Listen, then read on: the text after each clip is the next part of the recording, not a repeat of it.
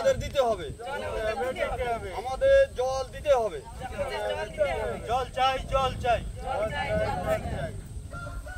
জল আমাদের দিতে হবে, জল আমাদের দিতে হবে।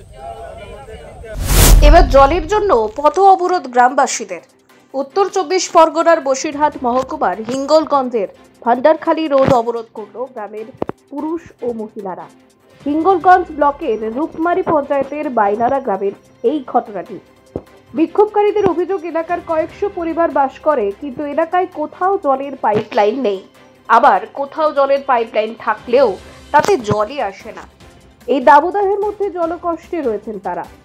একটা টিউবওয়েল আছে, কিন্তু সেটাও খারাপ, যে কারণে গ্রামের মানুষকে জল আনতে যেতে হয় পাশের গ্রামে, আর সে কারণে যথেষ্ট সমস্যায় পড়ছেন তারা। কলটা এখনো জল বেরোচ্ছে না, কয়েক মাস ধরে এই কলটা অফ হয়ে যাবে।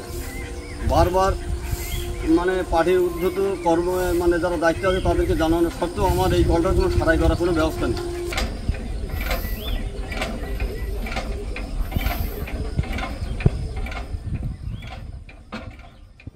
বিকেলের পর এলাকায় অন্ধকার নেমে এলে জল আনা সম্ভব হয় না, বা বর্ষার সময় জল আনতে যথেষ্ট সমস্যায় পড়েন এলাকার মানুষেরা। বহুবার এলাকার মেম্বার থেকে শুরু করে পঞ্চায়েতের প্রধানকে জানিয়েও কোনো কাজ হয়নি। অবশেষে আজ গ্রামের পুরুষ ও মহিলারা একজোট হয়ে রাস্তা অবরোধ করলো পানীয় জলের দাবিতে। আমাদের জলের খুব প্রবলেম হচ্ছে, আমরা জল ছাড়া মোটে থাকতে পারছি না। জল আনতে আমাদের অনেক দূরে যেতে হয়, আমাদের আশেপাশে কোনো কল নেই, অন্তত আধা ঘন্টা লাগে জল আনতে যেতে।